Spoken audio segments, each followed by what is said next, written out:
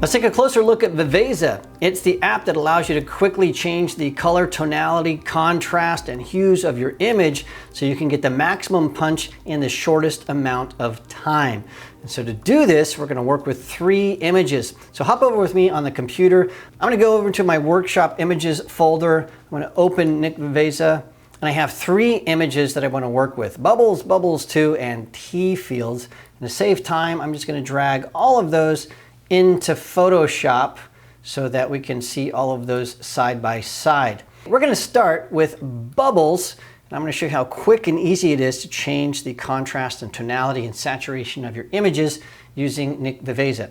So if you don't see the Nik collection palette, make sure you go into File, and then we're gonna go into Automate, and then choose Nik Collection 6 Palettes, and that will pop up right there. And then I'm just going to click on Viveza to launch this image into Viveza. Let's begin by taking a closer look at the interface of Viveza. So on the left-hand side, we have presets. These are formulas that DxO has created that you can just click on and use to affect change in your image. So we can go through and explore some of these different things. The titles of them help you understand what they do: darken, tonal adjustment, etc. And so these are preset that work with most images. You can just find one that you like. For example, high contrast, whammo! Look what that does to my little water bubbles here.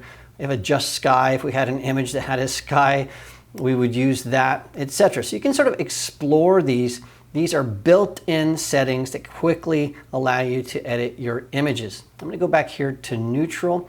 You can also see we have all of the filters and then the ones that are in vogue. They're really cool ones. And so you can sort by those. You can also search. So if I know that I want to search for blue, I can type that in and it will show me all of the presets that have blue in the name, whatever. So if you know of one, you just don't want to scroll through here, you can always type in and find that. We also have custom presets that we will build ourselves. And so that's if you create a look that you really love, you can save that look and use it over and over. So if DxO didn't think it up, you can think it up and use it over and over. It's really, really fun. And we're going to show you how you can use these very, very quickly in Photoshop without even having to come into Viveza. We can just click a button and bam, we can make changes to our images. It's really, really fun. We also have this imported palette here. These are for any kind of presets that you're sharing back and forth. We talked about that in the introduction. So those are there. You might recall we did the gold microphone preset. That's still there. And then the last edits, anything that you've done in the past when you hit apply or save image, it's going to save that as a last edit. So if you didn't create a preset and you want to come back to it, you can always come back here and find the last 10 or 15 of those edits, and it will show you when you did that by date and time down to the second. It's pretty easy. We have our standard compare and zoom at the top that we talked about in the intro. On the right-hand side, we have the same adjustments all the time. So depending on what you click on the left, it's going to change the settings on the right. But we're never going to add new settings or new filters to the right-hand side of our interface. It's always going to be the same things. The only thing that's changed is what we've adjusted. So we might have the brightness or the contrast or the saturation that's changed based on the preset.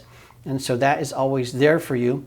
And if you want to just zero everything out, you can click on this neutral preset and everything on the right-hand side is going to be at 0 or the default value, so you can start from scratch. Let's explore the settings on the right-hand side. We have our global adjustments. That changes everything in the image. So we can change our exposure with the brightness, so brighter, darker, just slide that around. It's pretty self-explanatory. We can increase our contrast, make that a little bit less contrasty. I can double-click to make that go back to 0. We can change our saturation, we can increase the saturation. Structure controls how defined things are in the image. So a lot of structure, not very much structure. Playing with these sliders on your screen with these images I've provided will really help you understand what they do. We can change our shadows, we can bring those in, we can darken them. So we're changing tonal values of different areas of our image. We can warm things up, make them a little bit more red, orangey, cool them down, make them a little bit more blue, similar to color temperature, so warming and cooling of our image. And then we can work with our colors. So we can bring out more reds, take away the reds. We can bring in more greens or more blues, and we can do mix and match. So we can take our greens down, our reds up, take our blues up, whatever. And so that will create new colors in our image. Or we can just use the hue slider to change the overall hue of everything. So that's how we change global adjustments. Those are pretty obvious, I think, these adjustments here to change everything. Selective tones focuses on certain areas of an image. So only the brightest things are highlights. We can make those brighter or darker. Our midtones, that's the middle grays of our image, brighter or darker. And then the same thing with our shadows. Make the shadows brighter or darker. So we can target certain areas, tonal areas of our image. And of course, then we have our blacks. So this is a great way to just dive in and get the tonal values that you want out of your image. We can also change the white balance in two different ways. We can use the color picker to go into an image and click on something that is white. So maybe that reflection there. Or we can click on something that's not white to force a bad color or a different color. So that's how that would work. If we had something that was white in this image, like a wedding dress or some snow or a white wall, we'd use this eyedropper just to click on that, and then everything else would be corrected. And that's how that color picker works. Or we can just slide our temperature left or right to warm things up or cool things down. Then we have this radius. What that's saying is when I use the color picker and I choose an area saying that this should be white, this should be a neutral color, it's saying how much around that color picker should I sample? What's the radius of that sample size? So if it's really specific, a small radius. If it's a big wall or something, increase that radius. It's basically saying how big should the color picker be. We have some selective adjustments, control points to control individual areas of an image. And then we have levels and curves to change our exposure if that's your preferred way of doing things. The nice thing about Viveza is you can change your tonal values by using global adjustments, brightness, and the highlights and shadows and darks, or you can use these selective tones to get really specific, or you can use the levels and curves to either do that with the curves. So some people love using curves, other people hate it. Or you can use the levels, which is underneath the curves here, to change things. You can do it any way you like. There's 3 or 4 different ways to accomplish the same goal depending on your workflow. I love it. Those are all the controls in Viveza. And that's what I love about this. It's made to be very efficient. You can hop in, make the adjustments, and be finished very quickly. In fact, let me show you how quickly we can do that. So we're going to change this image. I'm going to start by going into a preset. So we have a preset that is one that I really like, and it's called high contrast. So I'm going to click on that. High contrast. Bammo, there it is. So as soon as I've done that, I have made this image look much better. It's supposed to be a desktop wallpaper. That's how I shot this. So I really like that. We can also go in and we can change some of the saturation. So this saturation right now is a -19. I can increase that. So this, again, is supposed to be over the top. I'm going to use it as a wallpaper on my desktop. So you can change this and make it exactly to your liking. And this structure, because I used a preset, it's already set. And you can see the before and after of this image. This is perfect for a desktop wallpaper. In fact, I'm going to save a preset, and I'm going to call this desktop wallpaper. Okay, and I don't have any local adjustments, so I don't need to save that. I'm just going to save that. I want to show you a trick that's built into Viveza. So now that I've saved a custom preset, on the left-hand side in my custom preset section, you can see desktop wallpaper. I'm going to click this little star, and that tells Viveza this is now one of my favorite presets. It's mine, and it's also a favorite preset. That allows me in the future to go in here and I can filter by favorites. If I click on that, it's only going to show the ones that I have a little star on.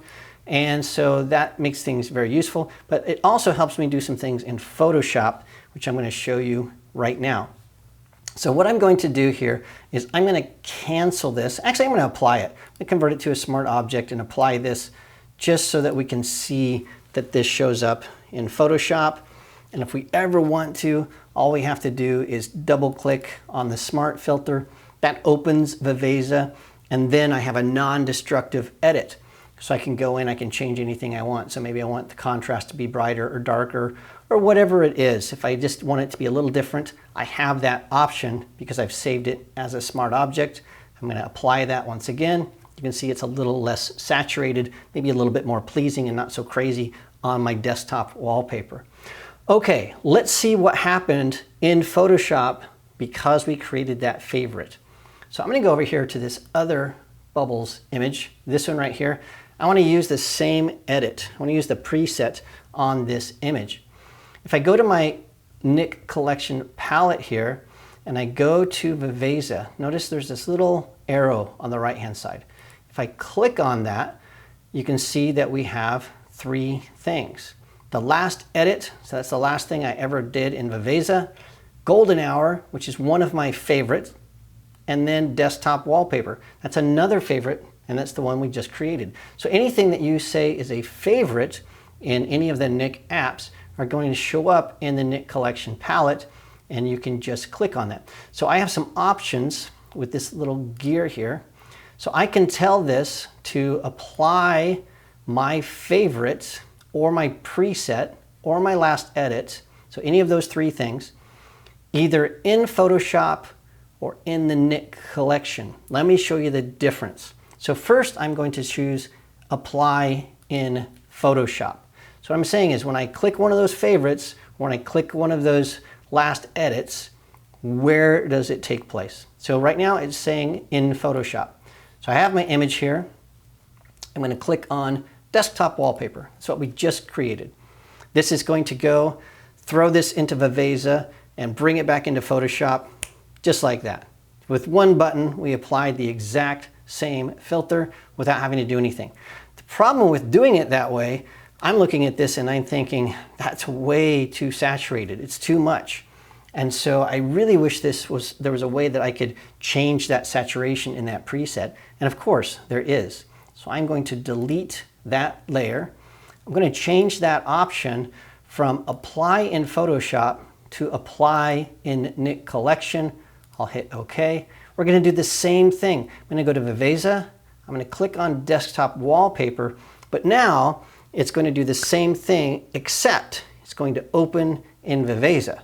And now I can look at that and say, ooh, too saturated. I don't really want that. So I can take the saturation down. Maybe I can take the contrast down a little bit. I can make it a little bit more pleasing. I'm just using my preset that I created as a starting point to edit this image. And then once I have it to the place that I really like, then I can say, okay, that's pretty good. I can choose to convert that to a smart object, which I always think is a good idea, and then apply that.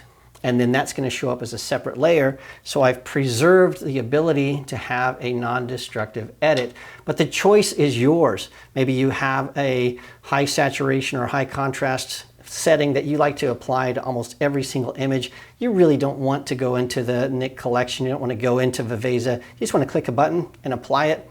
You have that option. It's really fun.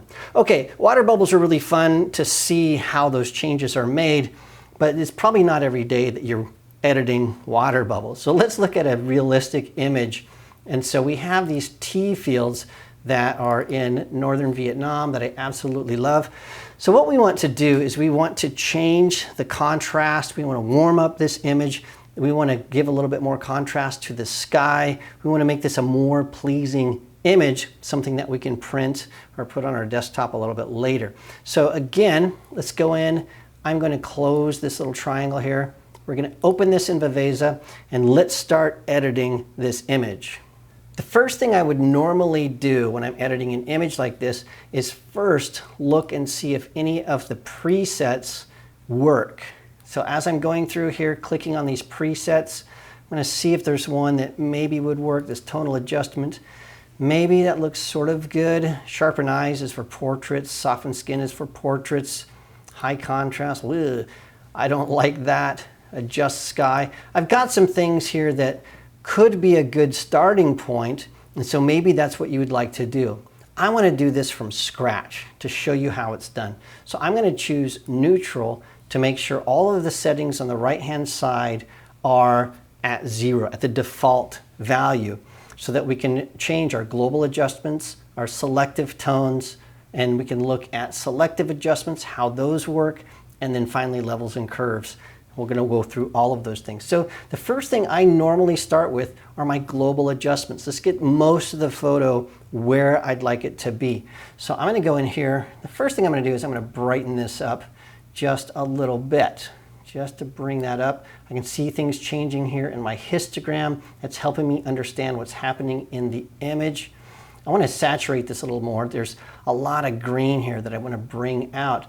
I don't want to overdo it though, so maybe 10 or 15%, something like that. Just a small change.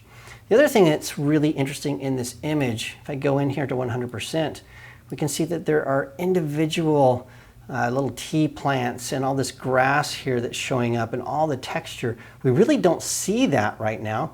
And so we can adjust our structure. That's what structure is all about. So I'm going to go all the way to the right, and you can see, whoa, that's way too much. So let's bring it back to something more realistic, something about 20%. Let's compare before, after. We're starting to see things punch. I'm going to show you the entire image, before, after. Oh, okay, it's getting some life now. The other thing that I would like for this image to have is a little more warmth. It needs to have a little bit more warmth in it. So I'm just going to warm it up a little bit. I don't want to go too far, just a little bit. I want you to notice something here. I'm going to bring this to about 20%, 16%, something like that. Notice the sky is turning pink. We're getting a weird color cast in the sky when we add this warmth. So remember that we've warmed this up, let's say 16%. Just remember we've added 16% of warmth to the entire image, and when we did that, we get a weird color cast in the sky that we need to cancel out somewhere later. So to do that, well, let's go through here and do one other thing. We have our selective tones, and so let's just look and see what we can do with those. So the highlights, we're looking at what we're affecting. If we increase those, we're really changing the sky, but not in a good way. So I'm not going to do anything with those highlights. By the way, I'm just double clicking on the slider to make it return to 0. That's how I'm getting it to go to 0 really fast. If I have it up, double click, and then that will go right back to 0. Bonk. Okay, let's look at our midtones. Our midtones, I think, are already in a good place. Our shadows, oh, we don't want to do that. Our shadows are already in a good place. Maybe we can get a little bit more contrast. Oh yeah, so let's just take the blacks down by just a smidge, maybe 10%, something like that. That looks pretty good. So I can do before and after. In fact, let's use our little slider here. You can see that it's sort of like a squeegee. Oh, that looks pretty good. We still have some problems though in the sky. It's pink, it's underexposed, it's sort of not that dramatic. So we have to match this sky with this really awesome scene that we're seeing here in the foreground. How do we do that? Well, of course, our friends, the selective adjustments. So I'm going to take and add a control line. And so I'm going to add this about here-ish. The nice thing about selective adjustments and viewpoint technology is you can be very-ish. You don't have to be so exact about what you're doing because the Nik collection is so smart about figuring out what you're trying to select. So that's what I'm going to do here. I don't have to do anything really special. I'm just going to put this control line where it's just above the green. So I'm saying I want to control stuff above this. I'm going to take this eyedropper and put it on the sky so that Viveza knows I want to work with the sky. And let's just see what's selected. It's the top portion of this image and even a little bit of the mountains up there. But what I'm going to do is I'm going to leave that selected. I'm going to leave it as it is right now so we can see what happens when we make our adjustments without going in and changing our color selectivity. Let's see how good this is. So what we're going to do here is, now that we're in selective adjustments, anything here, these basic adjustments, these are only going to apply to where we've selected in our control line. So I will take the brightness way down or way up, and you can see we're only adjusting the top portion of this image. So let's do this intelligently. So let's take our brightness, let's take that down to about somewhere right here. And I know we're going to be adding contrast, so I don't have to take it too far. If you go too far, sometimes you spoil the fun of the image. So I'm going to take the contrast up just a hair, just a hair. Notice this is starting to turn pink. And so what we're going to do is let's increase the structure. So that's going to make our clouds start to pop out. So our structure is up about like that. So we can play with this. So the problem is our color is wonky. We want to fix that color. So the nice thing is we can fix the color here. Remember, we increased the warmth of our overall image by 16%. We said, let's make everything warmer. So what we're going to do is we're going to cancel that out. We're going to go down here. We're going to take our warmth. We're going to take it down by 16%. We're going to exactly match it in the opposite.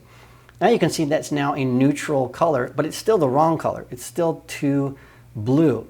And so what we can do here is we can change our saturation. So let's desaturate this just a little bit. So that is looking pretty good. So we still want to have it to be a little bit of color, a little bit of blue, but not that crazy wonkiness that we had before. So I'm going to turn this control line on and off, and you can see what we're getting there, balancing this image out. We can even add more structure if we want. We can change our brightness if we want. We can do all kinds of things because now we've selected that top portion of our image just by adding a control line and saying, you know what, fix the sky. Viewpoint technology is smart enough to know that we're talking about this part of the sky, just leaving the rest of the image alone, which is pretty spectacular. The other thing we're going to do here is we still want a little more contrast out of these clouds.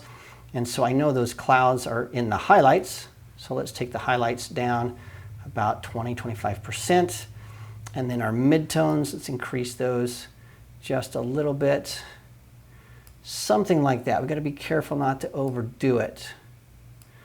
That looks pretty good. I like that. So now we can start looking before, after, before, after. We were able to hop into Viveza and just with a few adjustments correct this image and get it into the shape that we want it. I really love it. Let's take a look again at our before and after. Sort of drab, very nice and balanced. And look at this when we move this back and forth. The sky and the foreground are nice and balanced. That's how Viveza works. And just for good measure, I like this enough that maybe I'm going to have some more images from this series because I know I shot a few more in the same exact location. So I am going to save a preset. I'm going to save this with my local adjustments because I know they're going to have those same kind of skies. And then I'm going to name this Vietnam Fields. That's pretty good. So I'm naming it something that I'll remember later. So anytime I want to go back and edit anything from this series, I have a preset that I can use and I can quickly apply it from within Photoshop. There you have it. Viveza is my tool of choice for going in and quickly correcting color and tonality and contrast and bringing out the details in my image and doing it as fast as possible. That's about all there is to it, and so we're ready to go look at our next app.